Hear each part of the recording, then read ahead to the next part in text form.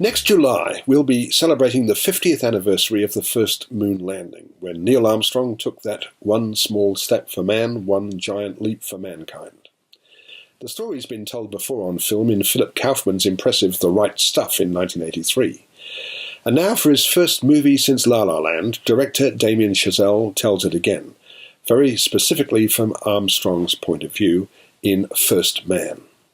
The emotionally stitched-up Armstrong is portrayed by Ryan Gosling as a man who is so stoic and so determined to get the job done that he becomes alienated even from the wife, Janet, Claire Foy, he adores. One of the film's great achievements is that it gives the viewer a real sense of what space travel was like in those pioneering days. It's far from glamorous, that's for sure. The space capsules in which the astronauts travel are cramped, claustrophobic and uncomfortable. One of the great achievements of Chazelle and his technical team are the seemingly authentic representations of this hellish experience. The use of sound is brilliant, the use of silence too, as the little spacecraft judders and shakes so fiercely that it seems as if it will fall apart. First Man opens with a scene set in 1961, when Armstrong, a test pilot with engineering experience, was flying an X-15 so high up into the clouds that he almost doesn't make it back. This is our introduction to an unflappable, intense and introverted pioneer who never really recovers from the death from cancer of his beloved daughter before she reached the age of 3.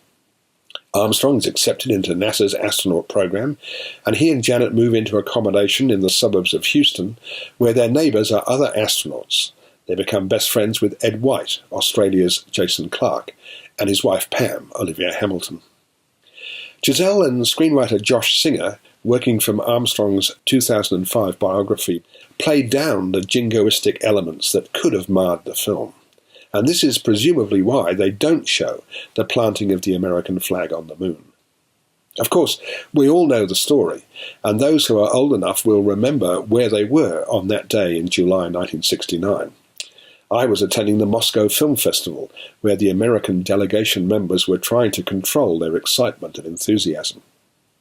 But probably not many of us were aware, in a way that this flawed but generally impressive film makes us aware, just how a bunch of guys making models, as Janet describes them, changed the course of history. Despite this ambitious film's shortcomings, which, apart from the camera work in the domestic scenes, include an overly protracted running time, the film delivers the goods in its hugely impressive depiction of what pioneering space travel was actually like. The performances by Gosling in a difficult, interior role, and Foy, are exemplary.